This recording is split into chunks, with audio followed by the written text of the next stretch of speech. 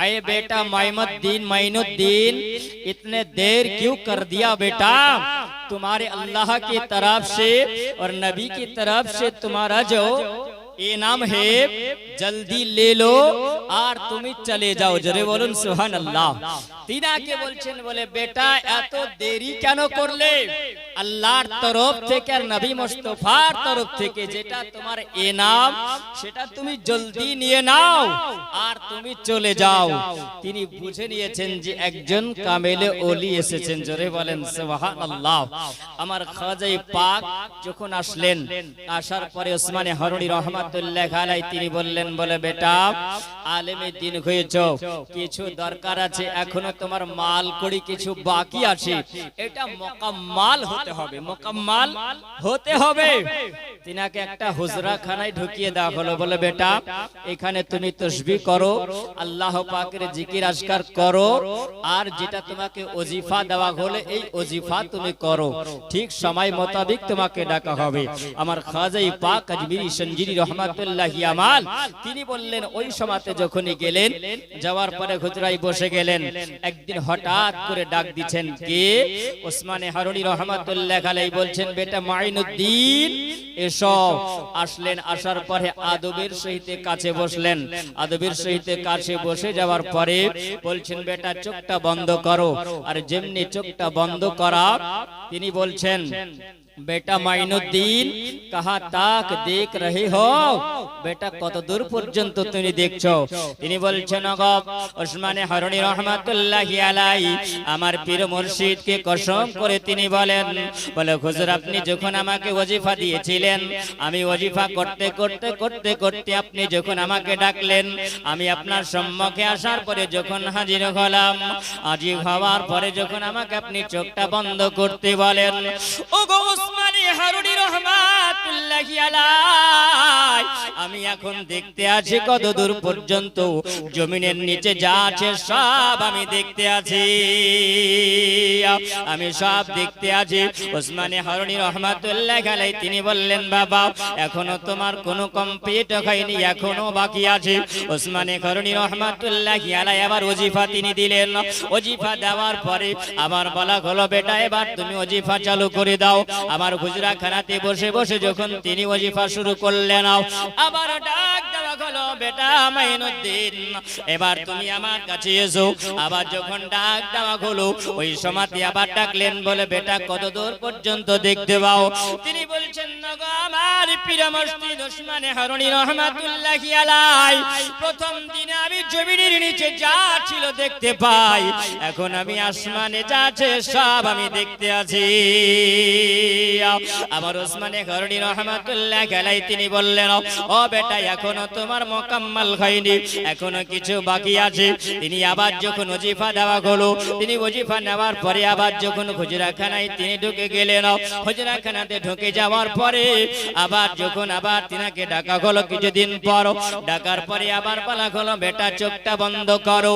ওসমানে হারুনি রহমাতুল্লাহি আলাইহি যেমনি চোখ বন্ধ করতে বলা আমার খাজাই পাক তিনি বলেন আমি ওই সময় চোখটা যখনই বন্ধ করে নিলাম, চোখটা বন্ধ করার পরে জানো জিজ্ঞাসা করা হলো বেটা মাইনুদ্দিন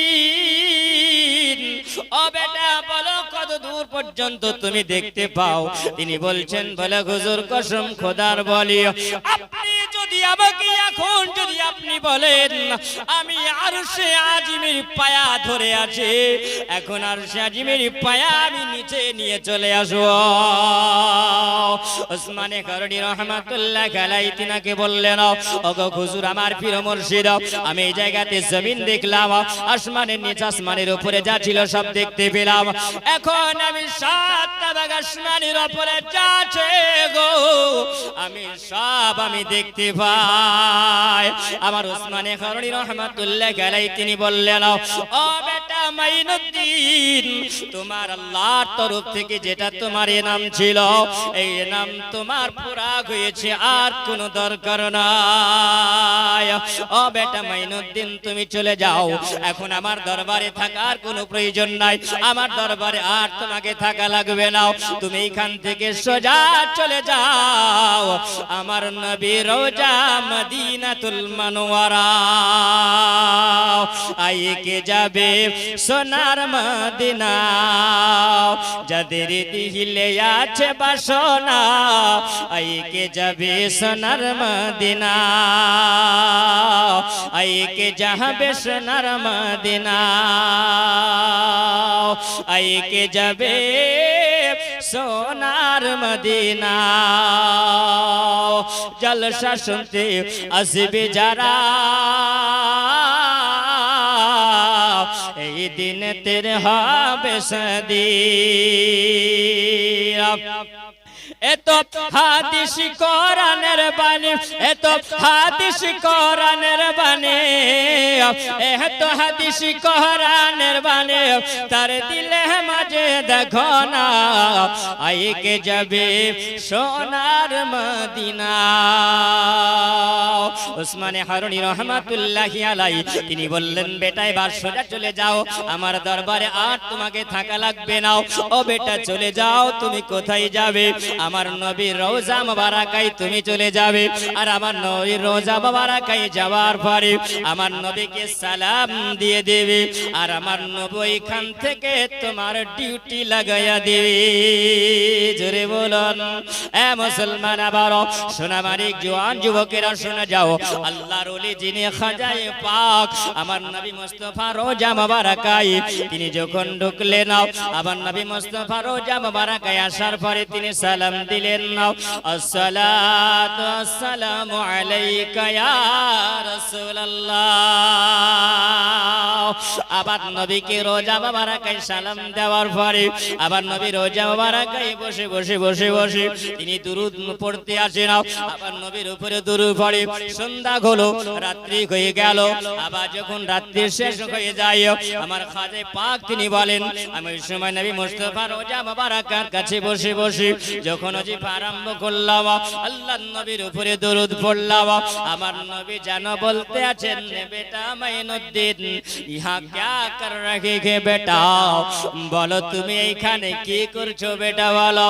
তিনি বলছেন, ইয়া রাসূলুল্লাহ নবী গো, আপনার রওজায় আমি জিয়ারত করি। আবার নবী বলছেন, ও বেটা মাইনুদ্দিন তোমারা নাম কা মানা क्या है, তোমার নামের মানেটা বলো বেটা। আমার খাজা পাককে যেমনি জিজ্ঞাসা করা হলো, বেটা মাইনুদ্দিন বলো বলো তোমার নামটা কি তুমি বলো।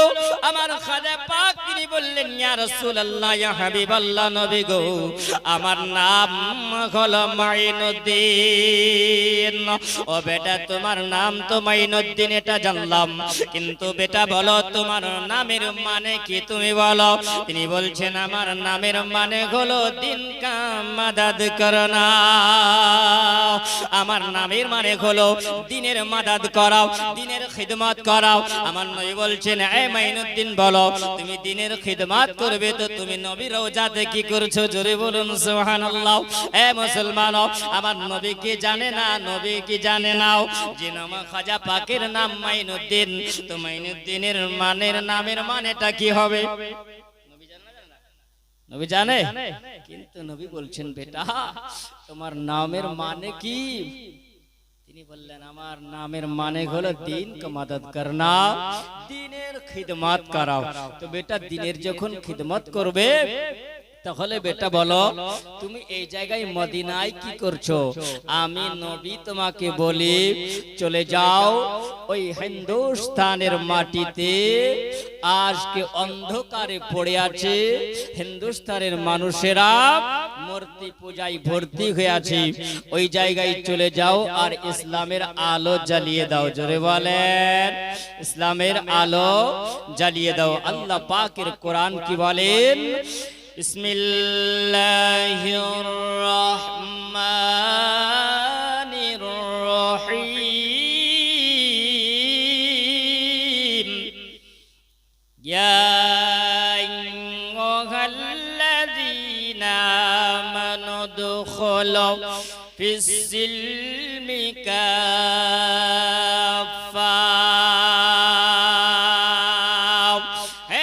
বান্দা বান্দিরাও, আল্লাহ পাক রব্বুল আলামিন বলেন, হে আমার বান্দা বান্দিরা, তোমরা ইসলামের মধ্যে পরিপূর্ণভাবে দাখিল হয়ে যাও। জোরে বলুন সুবহানাল্লাহ।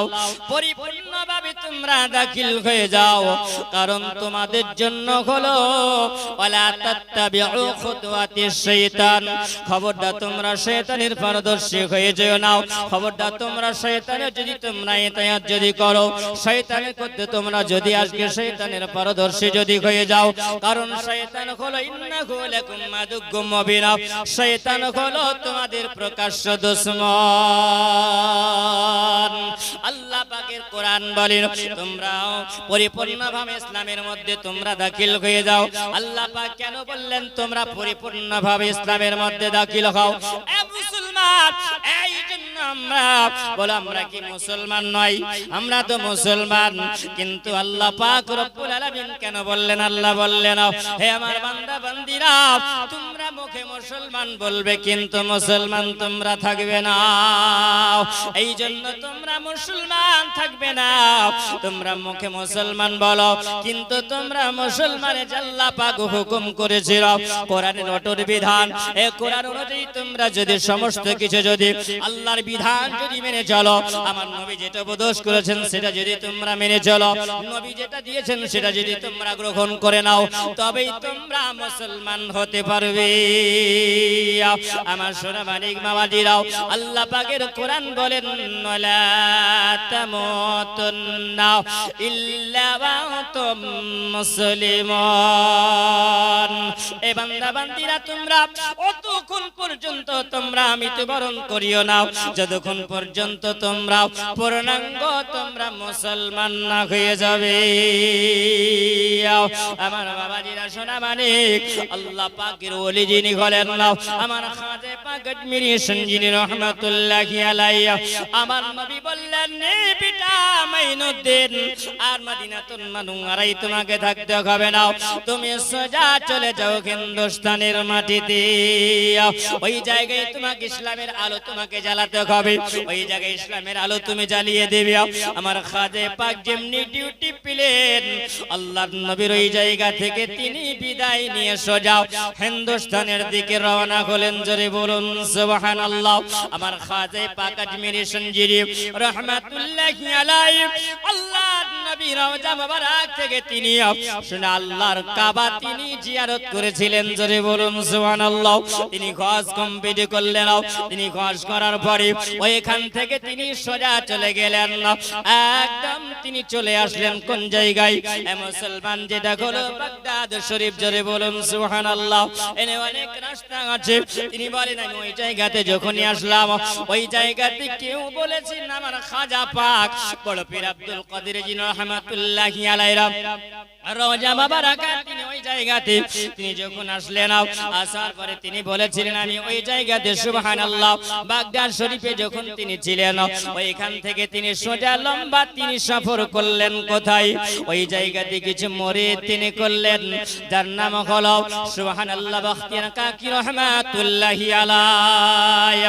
ওই জায়গায় 40 জন ব্যক্তি আমার খাজা পাকের হাতে হাত দিয়ে তিনি মুরিদ হলেন। জোরে বলুন সুবহানাল্লাহ। তিনি চলে গেলেন কোথায়? তিনি বলেন, আমি সোজা রাস্তা নিলাম। এ মুসলমান, আপনি যখন আপনাকে কোন জায়গা ঠিকানা দেওয়া হবে, তখন আপনাকে সব কিছু লিখে দিতে হবে না, হবে না, তবে আপনি চিনতে পারবেন। এ মুসলমান, এখন ইন্টারনেটের যুগ হয়েছে, কারণ এখন মানুষ যদি গুগল সার্চ করে দেয়, তাহলে আপনার সমস্ত কিছু সব জায়গা দেখা যাবে। বিজ্ঞান এত মানুষের জন্য চলাফেরার জন্য এত সুযোগ সুবিধা করে দিয়েছে। এই বেনাদর আমার সোনা মানিক বাবাজিরা, মুসলমান দিন দরদি, আমার খাজা পাককে আল্লাহর নবী ম্যাপ দিয়েছিলেন। জোরে বলুন সুবহানাল্লাহ। আমার খাজা পাক তিনি বলেন, আমি এখান থেকে সোজা চলে আসলাম, লাহোরে ঢুকলাম। আর লাহোর একজন আল্লাহর ওলি ছিলেন যিনি রহমাতুল্লাহি আলাইহি, ওই জায়গাতে তিনি বলেন, আমি কিছুদিন ওই জায়গাতে কাটাইয়া নিলাম। আর কাটাইয়া নেওয়ার পরে তিনি বলেন আমি চলতে আরম্ভ করলাম। আবার যখন চলে সোজা পাকিস্তানে ঢুকলাম। আর পাকিস্তানে আসার আগে তিনি বলেন আমি লাহোরে আসার আগে একজন ব্যক্তির সঙ্গে আমার সাক্ষাৎ হয়ে গেল। ব্যক্তির সঙ্গে যখন আবার সাক্ষাৎ হলো, আমার সময় আমাকে জিজ্ঞাসা করা হলো, সালাম দেওয়া হলো। আমি সালামের উত্তর দিলাম। আমাকে জিজ্ঞাসা করে বেটা মাইনুদ্দিন, ও বেটা তুমি কোথায় চলে যাও বলো বলো। তিনি বলছেন বলে আমি যাব, আমার নবী আমাকে ডিউটি দিয়েছে, আমি যাব হিন্দুস্তানের মাটিতে চলে যাব। এই মুসলমান হিন্দুস্তানের মাটিতে আসবে। ইনাকে বলছেন বেটা মাইনুদ্দিন, হিন্দুস্তানের মানুষেরা বড় ভালো নয়। হিন্দুস্তানের মানুষেরা মুসলমান দেখলে পারে এই মুসলমানের উপরে অত্যাচার করে। আর এই মুসলমানদেরকে তারা আশ্রয় দেয় না। মুসলমানকে দেখলে তারা কতল করে দেয়, মুসলমানকে দেখলে তারা মার্ডার করে দেয়। তিনি বলছেন বাবাও তুমি যদি যাও তাহলে তোমাকে লাগবে কিছু বন্দুক নিয়ে যেতে হবে, গুলি নিয়ে যেতে হবে, পিস্তল নিয়ে যেতে হবে, তবে তাদের সঙ্গে লড়াই করতে পারবে। এ মুসলমান, আল্লাহর ওলি আমার খাজে পাক তিনি জিজ্ঞাসা করলেন এ বাবা তুমি কে? তিনি বলছেন বাবাও আমি একজন শিকারী, শিকার করে বেড়াই। এ মুসলমান, যখন আমার খাজা পাক তিনি বলেন এ বাবা তোমার হাতে কি এটা বলো। তিনি বলছেন আমার হাতে এটা বন্দুক। এই বন্দুক দিয়ে তোমার কাজ কি হয় বলো। তিনি বলছেন আমার এই বন্দুক দিয়া যত পাখি দেখতে পাওয়া যায় এই পাখিগুলোকে আমি নিশানা করে মেরে দিই। আর যেমনি গুলি চালিয়ে দিই সঙ্গে সঙ্গে পাখিটাকে যদি গুলি লেগে যায়, গুলি লেগে গেলে পারে পাখিটা পড়ে যায় আর সেই পাখিটাকে মরে যায়। আর যখন মরে যায় ওই পাখিটাকে আমি ধরে নিয়ে পকেটে ভরে নিই। এটাই ছিল আর পেশা। তিনি বলছেন বাবা তাহলে তোমার বন্দুকের গুলি চালাও, ওই পাখির দিকে গুলিটা চালিয়ে দাও। যেমনি গুলি চালিয়ে দেওয়া সঙ্গে সঙ্গে পাখিটাকে গুলিটা লেগে গেল। আর যেমনি লেগে যাওয়া পাখিটা দাপ করে জমিনে পড়ে গেল।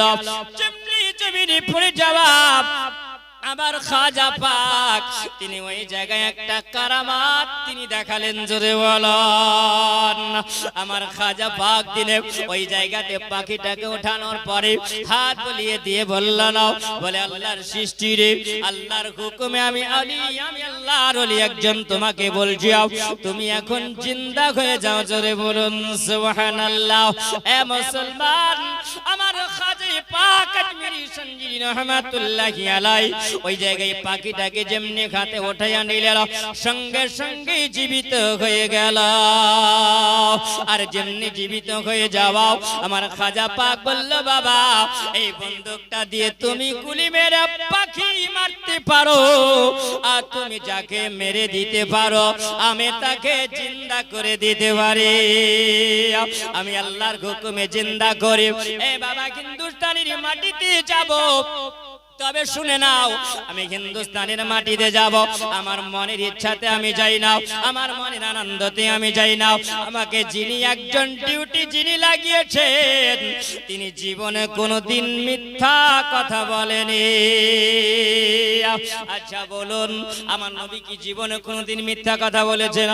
মুসলমান আমাদের তো মিথ্যা কথায় পেট গজগজ করছে তাই না? সারাদিনে মিথ্যা কথা না বললে আমাদের ভাত হজম হয় না, মন ভালো করে না। এ মুসলমান, আল্লাহর নবী সাল্লাল্লাহু আলাইহি সাল্লাম বলেছেন জগৎবাসীরে তোমরা শুনে রাখো, তোমরা জেনে রেখে দাও। আল্লাহর নবী বলেছেন, আল্লাহর নবী যখন একটা রাস্তা দিয়ে নবী আমার পদার্পণ করেন ওই জায়গাতে নবী আমার দাঁড়িয়ে গেলেন। সাহাবীরা বলে ইয়া রাসূলুল্লাহ, ইয়া হাবিবাল্লাহ, নবী আপনি কেন দাঁড়িয়ে গেলেন? আল্লাহর নবী বলছেন আমার সাহাবীরা শোনো, আমি এই জন্য নবী দাঁড়িয়ে গেলাম আমি যেটা দেখি তোমরা সেটা দেখো না। আল্লাহ নবী দুই চোখের পানি ঝরে তিনি বললেন এ আমার সাহাবীরা ওই দেখতে পাও ওই যে খেজুর গাছের ডাল দেখা যায়, ওই খেজুর গাছের ডাল কেটে নিয়ে এসো। আল্লাহ নবী যখন বললেন হুকুম করা হলো খেজুর গাছের ডাল দুখানা ডাল কেটে নিয়ে আসার পরে আল্লাহর নবী বললেন এই জায়গাতে দুই জায়গায় গেড়ে দাও। জোরে বলুন সুবহানাল্লাহ। দুই জায়গায় গেড়ে দাও। সাহাবীরা বললে ইয়া রাসূলুল্লাহ, ইয়া হাবিবাল্লাহ, নবী গো কেন এই জায়গাতে? নবী গো কেন এই জায়গাতে ডাল গানানো হবে? আল্লাহর নবী বলেন আমার উম্মতিরা ছোট গুনার কারণে তাদের কবরে আযাব হবে, ছোট গুনার কারণে তাদের আযাব হবে। আল্লাহর নবী বললেন ছোট গুনাহগুলো কি তোমরা জানো? এ মুসলমান, নামাজ যদি আপনি না পড়েন আপনার গুনাহ হবে, আর আপনি ইচ্ছাকৃত যদি নামাজ কাজা যদি করেন তাহলে আপনার কাবিরা গুনাহ হয়ে যাবে। আল্লাহর নবী বললেন আমার উম্মতিরা ছোট গুনার কারণে তারা জাহান্নামী হবে, কবরে তাদের আযাব হবে। সাহাবীরা বললে ইয়া রাসূলুল্লাহ, ইয়া হাবিবাল্লাহ, নবী গো সেটা কি কাজ? আল্লাহর নবী বললেন এই মানুষটা দেখতে পাই যে এখানে দুটো ডাল কেটে দিব আমি নবী, এই জায়গায় দেখো এই জায়গাতে দুটো কবর আছে, জোরে বলেন সুবহানাল্লাহ। কি আছে? দুইটা কবর আছে, একটা কবরে ডালটা গেড়ে দেওয়া হলো আর একটা কবরে ডাল গেড়ে দেওয়া হলো।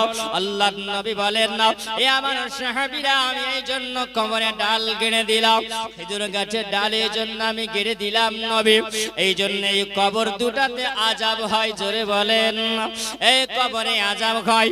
কবরে আযাব যদি হয় আপনি আমি বুঝতে পারবো। আমরা কবরস্থানের পাশ দিয়া যখন আমরা যাই, যাওয়ার পরে কি বলি আমরা? আসসালামু আলাইকুম ইয়া আহলাল কবর, হে কবরবাসী তোমাদেরকে সালাম দেওয়া হলো, আল্লাহর রহমতে তোমাদের উপরে বর্ষণ হোক। যখন আমরা সালাম দিই কবরবাসীর সামনে, সালাম দিয়ে দেওয়ার পরে আমরা কবরবাসীকে সালাম যখন আমরা দিই, আচ্ছা বলো আমরা ওই জায়গা থেকে যখন সালাম দিয়ে চলে আসি আমরা কি সালামের উত্তরটা নিয়ে আসি? বলবেন সালামের উত্তর আমরা পাই? আমরা সালামের উত্তর পাই না। এ মুসলমান, আল্লাহর নবী বলেন কবরের ভিতরে কি হয় আমি নবী সবই জানি, জোরে বলুন সুবহানাল্লাহ। আল্লাহর নবী এমনকি প্রত্যেকটা মুমিন মুমিনাতের কবরে আমার নবী গিয়ে হাজির হয়ে যায়। আল্লাহর নবী বলেন ইয়াওমা তারাল মুমিনিনাল মুমিনাত, প্রত্যেকটা নর নারীর কবরে আমার নবী গিয়ে হাজির হয়। আল্লাহর নবী বলেন এ সাহাবীরা আমি এই জন্য খেজুর গাছের ডাল আমি নবী কেটে দিলাম। প্রথম কবরবাসী যিনি আছেন এই মানুষটা দুনিয়ার জগতে দুনিয়ার বুকে মানুষটা চুগলি করে বেড়াতো, এই মানুষটা ছিল চুগলখোর, যাকে আমরা চুগলি বলি, যারা চুগলি করে। আমার নবী বলছেন এ সাহাবীরা এই মানুষটার কাজ ছিল এক অপরের কথা বলে আর একের সঙ্গে ঝগড়া লাগিয়ে দেওয়া, ফাসাদ লাগিয়ে দেওয়া, এইটা ছিল এই মানুষটার কাজ। এই মানুষটার এই কাজের জন্য আমার আল্লাহ তাআলা খুশি নাই, জোরে বলেন এ মুসলমান খবরদার সাবধান, কোন মানুষের পরচর্চা পরনিন্দা যদি আপনি করেন আমার আল্লাহ পাক এটা বরদাস্ত করতে পারে না। আমার নবী বললেন এই কারণে কবরে আযাব হয়। আল্লাহর নবীকে জিজ্ঞাসা করো বলে ইয়া রাসূলুল্লাহ, ইয়া হাবিবাল্লাহ, নবী গো এই যে কবরটাতে ডাল কেটে দেওয়া হলো নবী, এটা কিসের কারণে? আমার নবী বলেন এই মানুষটা ছিল যখন তিনি পেশাব যখন করতেন আর পেশাব করার পরে এই মানুষটা কলব ব্যবহার করত না, ঢেলা ব্যবহার করত না। এ মুসলমান সোনামানিকিরা, আমার মা জননীরা শোনো, জওয়ান যুবকেরা তোমরা শুনে যাও। আল্লাহর নবী সাল্লাল্লাহু আলাইহি ওয়াসাল্লাম তিনি বলতে আসেন এই যুবক এর কবরে এই জন্য আযাব হয়ে যায় এ কোনদিন ঢেলা কুলু পানি ব্যবহার করত না। বোঝা গেল এই যুবকেরা দেখা যায় অনেক সময় রাস্তায় যখন চলে, রাস্তায় চলতে চলতে দেখা গেল যখন পেশাব লেগে যায়, পেশাবের যন্ত্রণা যখন উঠে যায়, হঠাৎ করে বাইকে চলতে চলতে দেখা গেল বাইকটাকে থামিয়ে দেওয়ার পরে কোনো দিকে দেখা দেখি লাগে না, নবীর তরিকা তো থাকে না, দাঁড়িয়ে চেনটা টেনে দিয়ে একদম সোজা শুরু করে দিল। আচ্ছা বলে ওই জায়গায় পানি নিল না ঢেলা ব্যবহার করলো, কিছু করেছে? তাহলে পাক থাকলো না পাকি থাকলো? জোরে বলেন পাক না নাপাক? নাপাক থাকলো। ওই সময়তে যদি আল্লাহর হুকুম হয় ইসরাইল ফেরেশতা এসে যদি হাজির হয়ে যায়, আচ্ছা বলেন সেই ব্যক্তিটা পাপী হয়ে মারা যাবে? তাই না? সুবহানাল্লাহ। আল্লাহ পাক খুশি হবে না নারাজ হবে? যুবক সাবধান, হুঁশিয়ার হয়ে যাও। বাবাজিরা আমার সব সময় চাইবে যে আমি পবিত্রতা অবস্থায় থাকব। পবিত্রতা অবস্থায় তুমি যদি থাকো, আল্লাহর নবী সাল্লাল্লাহু আলাইহি সাল্লাম বলেন কোন ঈমানদারি ব্যক্তি যদি ইন্তেকাল হয় তো সুবহানাল্লাহ তার কবরকে আল্লাহ পাক নিজেই হেফাজতে রাখে। জোরে বলুন সুবহানাল্লাহ। আল্লাহ পাক তার কবরকে নিজে হেফাজতে আল্লাহ পাক রাখেন।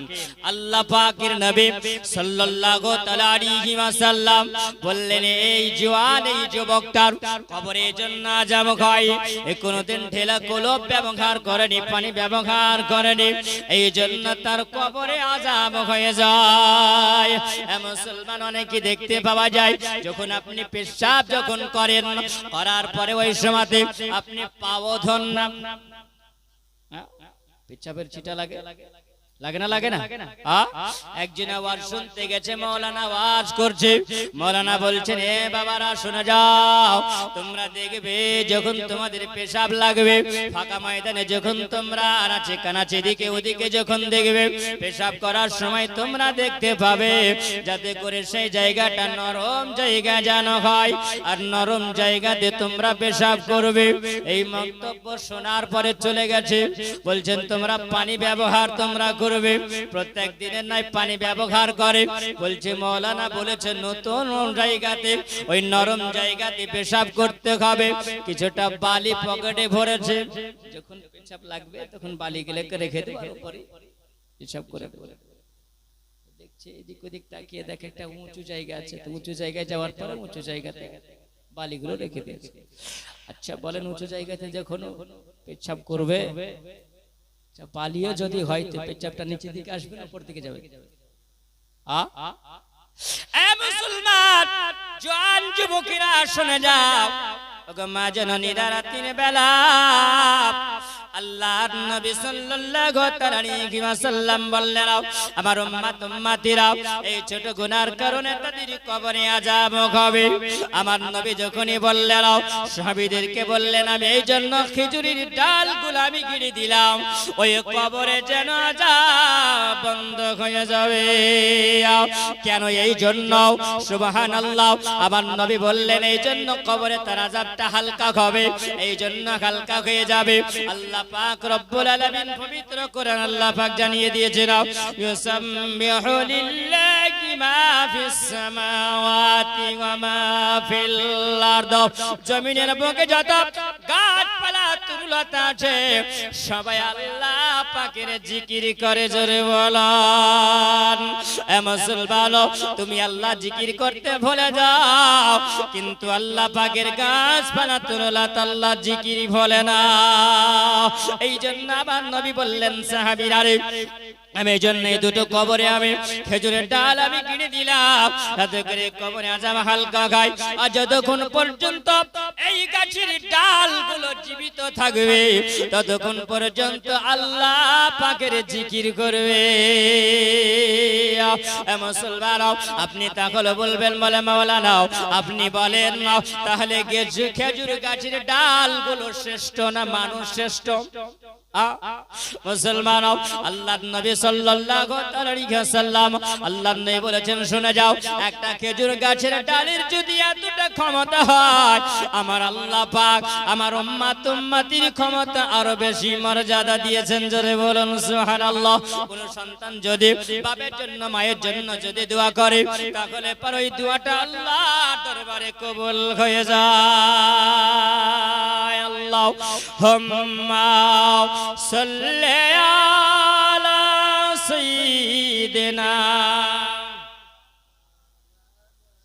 মুহাম্মাদ সাল্লাল্লাহু আলা মুহাম্মাদিন সাল্লাল্লাহু আলা মুহাম্মাদ হরদম জবান সনে কালা পাক নবী মুহাম্মাদ হরদম জবান सैने काला शफियाना मोहम्मद सल्लल्लाहु अलैहि वसल्लम। আল্লাহর ওলি যিনি হলেন খাজা পাক আজমিরি সঞ্জিনী রহমাতুল্লাহি আলাইহি, তিনি ওই সময়ে পাখিটাকে তিনি জিন্দা করলেন। তিনি বললেন, বলে বাবা তুমি বন্দুক দিয়ে কাজ চালাও, আমি আজমিরের বুকে যাব, আমি দিল্লির সরজমিন যাব, আমি হিন্দুস্তানের মাটিতে আমি যাব, কিন্তু শুনে যাও আমার জন্য কোন বন্দুকের প্রয়োজন লাগবে না। আমার নবীর মহব্বত আছে সিনায়, আর আল্লাহর নবী আমাকে ওজিফা শিখিয়ে দিয়েছেন, যেটা হলো আমার কাছে আছে আল্লাহ পাকের কোরআনের ওজিফা। জোরে বলুন সুবহানাল্লাহ।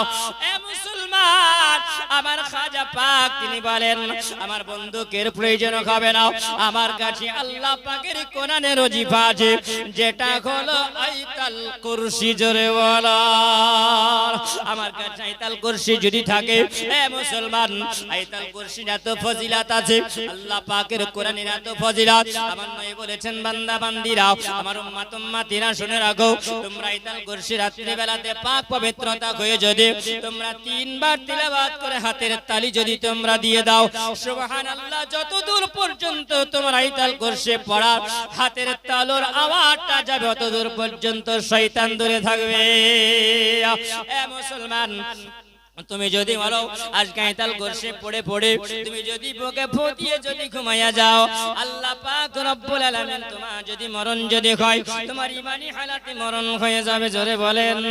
এ মুসলমান, কিছু ইউটিউবের মাধ্যমে ইউটিউব মৌলবি বের হয়েছে, সাবধান হবেন, হুঁশিয়ার হবেন, কেন না এই জন্য বলে যাই, সাবধান হয়ে যাবেন, হুঁশিয়ার হয়ে যাবেন।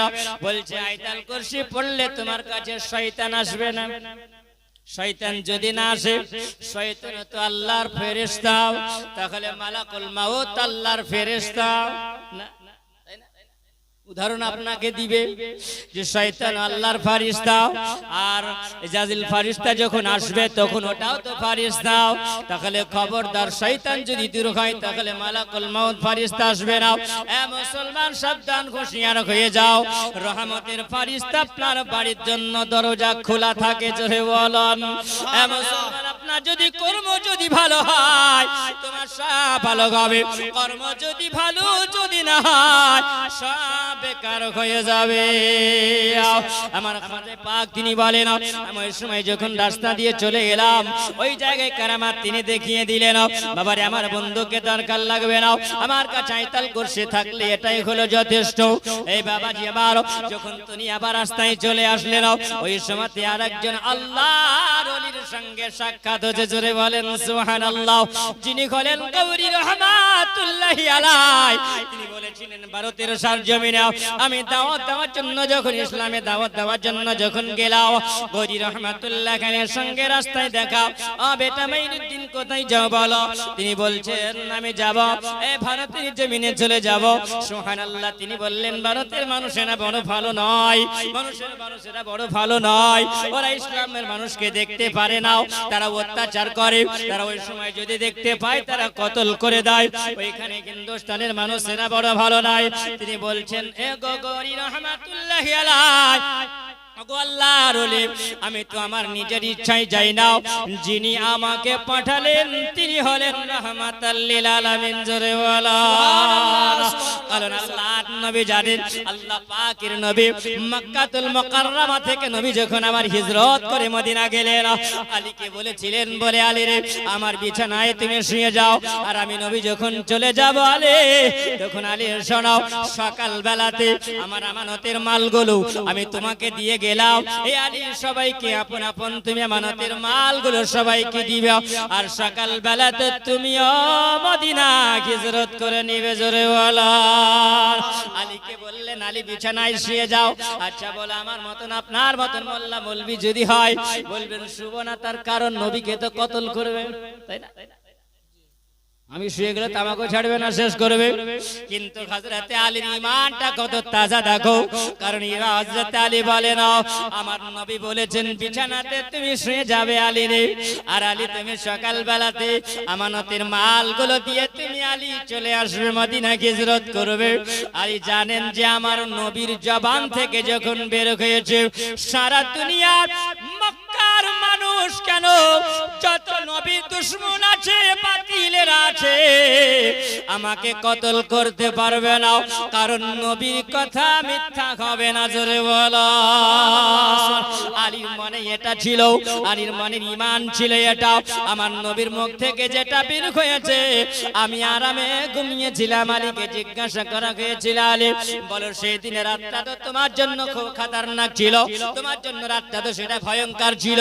এ আলী বলো সেই দিনে তুমি কেমন ঘুমিয়েছিলে? আলী বলে কসম খোদার করে বলে আমি আলী এতদিন ঘুমিয়েছিলাম, বড় চিন্তায় ঘুমিয়েছিলাম। নবীর বিছানাতে যেই দিন আমি হিজরতে রাত কাটিয়েছিলাম এর মতন আরামের ঘুম আমি কোনদিন ঘুমাই না। এই নাম হলো হযরতে আলীর ঈমান।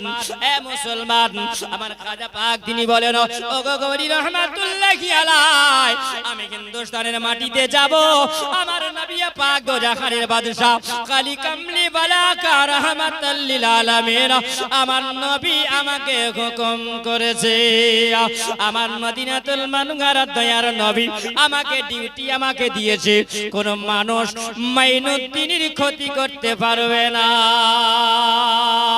এ মুসলমান, আমার খাজা পাক যখন তিনি ওই জায়গা থেকে চলে আসলেন, ওইখান থেকে তিনি বলেন আমি লাহোরে গেলাম, আমি লাহোর থেকে পাকিস্তানে ঢুকলাম, আমি পাকিস্তান থেকে নিয়ে আবার সোজা বেরিয়ে গেলাম, কোথাও চলে গেলেন। তিনি বলেন আমি দিল্লির সার জমিনে আসলাম। জোরে বলেন। এ মুসলমান, দিল্লির শাহ জমিনে আসার আগে তিনি কিভাবে ইসলামের আলো জানিয়েছিলেন। এ মুসলমান, তিনি বলেন আমার সঙ্গে যখন ফখরুদ্দিন রহমাতুল্লাহি আলাইহি আমার খাজা পাকের সঙ্গী হয়েছিলেন একটা গাছের তলাতে, তিনি বলেন আমি ওই জায়গাতে বিশ্রাম নিলাম, আর বিশ্রাম নেবার পরে দেখি ওই সময়তে দেখা গেল আমার খাজা পাক তিনি বলেন আমি রোজা অবস্থায় ছিলাম, আমি যখন রোজা অবস্থাতে ছিলাম ওই জায়গাতে বসলাম, হঠাৎ করে দেখা গেল সারাদিন চলে যাওয়ার পরে সন্ধ্যাবেলা আমি গাছের নিকটে যখন বসলাম, আমি বললাম ও বেটা ফখরুদ্দিন, ও বেটা সন্ধ্যা হয়ে আসলো, আমরা রোজা আছি, কিছুটা আমাদের ইফতার করতে হবে, তার জন্য বেটা একটু রুটি বানাতে হবে, আর রুটি বানাতে গেলে আগুনের প্রয়োজন আছে না নাই? আগুনের প্রয়োজন আছে না নাই? তিনি বলেন আমি যখন রুটির কথা বলা হলো, ফখরুদ্দিন বলে হুজুর গো আমরা তো এই জায়গাতে আছি, এখন এই জায়গাতে আগুনের প্রয়োজন আছে। তিনি বলছেন দেখতে পাওয়া যায়, দেখো এই জায়গায় কিছুটা আঙ্গার দেখতে পাওয়া যায়, আগুনের চারাক দেখতে পাওয়া যায়, ওই জায়গায় দেখা গেল লকড়ি জ্বালিয়ে আগুন দিয়ে তারাও ওই জায়গাতে চতুর্দিকে ঘিরে তারাও নম নম করে ওই জায়গাতে তারা আগুনের পূজা করে। আমার খাজা পাক যখন বললেন ও বেটা ফখরুদ্দিন যাও ওইখান থেকে তুমি আগুন নিয়ে এসো, আমার খাজা পাক যখন বললেন তিনি ওই জায়গায় পানি নিয়ে আগুন নেওয়ার জন্য যখন তিনি গেলেন, যাওয়ার পরে বললেন বলে বাবা তোমরা আমাদেরকে একটু আগুন দিয়ে দাও, একটু আগুন দিয়ে দাও। তখন ওইখান থেকে একজন পুরোহিত তিনি বলছেন তুমি কে ফকির, তোমাকে তো আমি চিনি না। বলছেন আমাকে তোমাকে চিনতে হবে না, আমি ওই জায়গায় গাছতলায় দেখতে পাও একজন আল্লাহর ওলি তিনি বসে আরাম করেন। জোরে বলুন সুবহানাল্লাহ। আল্লাহর ওলি তিনি বসে আছেন। উনি যখন আগুন চাইলেন আগুন দেওয়া হলো না। ফখরুদ্দিন রহমাতুল্লাহি আলাইহি আমার খাজা পাকের কাছে আসার পরে বলছেন হুজুর গো আমি ওই জায়গাতে পানি নেওয়ার জন্য আমি আগুন নেওয়ার জন্য গেলাম, কিন্তু ওরা যে আগুনের পূজা করে ওরা আগুন দেয় না। আমার খাজা পাক তিনি মেজাজটাকে নিয়ে তিনি এমন ভাবে চোখটাকে রাঙিয়ে তিনি আঙ্গুরের আঙ্গারের কাছে আসার পরে তিনি এমন ভাবে দাঁড়িয়ে যাওয়ার পরে বলছেন, ও বাবা বলো তোমরা আগুনের, তোমরা এই জায়গায় আগুনগুলোকে জ্বালিয়ে তোমরা গোল করে ঘিরে নিয়ে তোমরা কি করো? তখন বলছেন প্রহীদ বাবা বলে, আমরা এই জায়গাতে আগুনের আমরা পূজা করি, কারণ আগুন হলো আমাদের খোদা। আমার খাজা পাক বলছে না, এটা তো আগুন খোদা হতে পারে না, কারণ আগুনের খোদা হলেন যিনি হলেন আমার আল্লাহ। জোরে বলুন সুবহানাল্লাহ। এ মুসলমান, আপনি আমি কবে চেতন হব বলো? আল্লাহ পাক রব্বুল আলামিন বলেন, বান্দা বান্দিরা শোনো, আমি আল্লাহ পাক যা কিছু আমি আল্লাহ সৃষ্টি করেছি, আমি আল্লাহ সবই হলো আল্লাহ পাকের নিয়ামত। কারণ আপনি বলবেন মুসলমান বলো, আল্লাহ পাক রব্বুল আলামিন আপনাকে আমাকে আল্লাহ পাক সৃষ্টি করেছেন। আমরা এই যে জমিনে আছি, জমিনটা কার? জোরে বলবেন, জমিনটা কার? যিনি জমিন বিছিয়েছেন, কে বিছিয়েছেন বলেন? জোরে বলেন। আল্লাহ পাক বলেন, আলাম নাজআলিল আরদা মিহাদা। এ বান্দা বান্দিরা, আমি তোমাদের জন্য এত সুন্দর করে জমিনটাকে আমি আল্লাহ বিছিয়ে দিয়েছি, আমি আল্লাহ চাদরের মতন করে আমি আল্লাহ বিছিয়ে দিয়েছি। এ বান্দা বান্দিরা, তোমরা চলাফেরা করবে যাতে করে তোমাদের চলাফেরা করতে অসুবিধাটা না হয়। আমি আল্লাহ একটা জমিন বানাই নাও, আমি আল্লাহ এইরকম তোমরা যে জমিন দেখতে পাও, আমি আল্লাহ 7টা জমিন আমি আল্লাহ বানিয়েছি। জোরে বলুন সুবহানাল্লাহ। আমার আল্লাহ পাক বলেন, যখন আমি জমিন যখনই বানাইয়া দিলাম, ওই সময় বান্দা জমিনটা যখন টলমল খেলতেছিল, জমিনটা যখন ভেসে বেড়ায়, আমি আল্লাহ পাক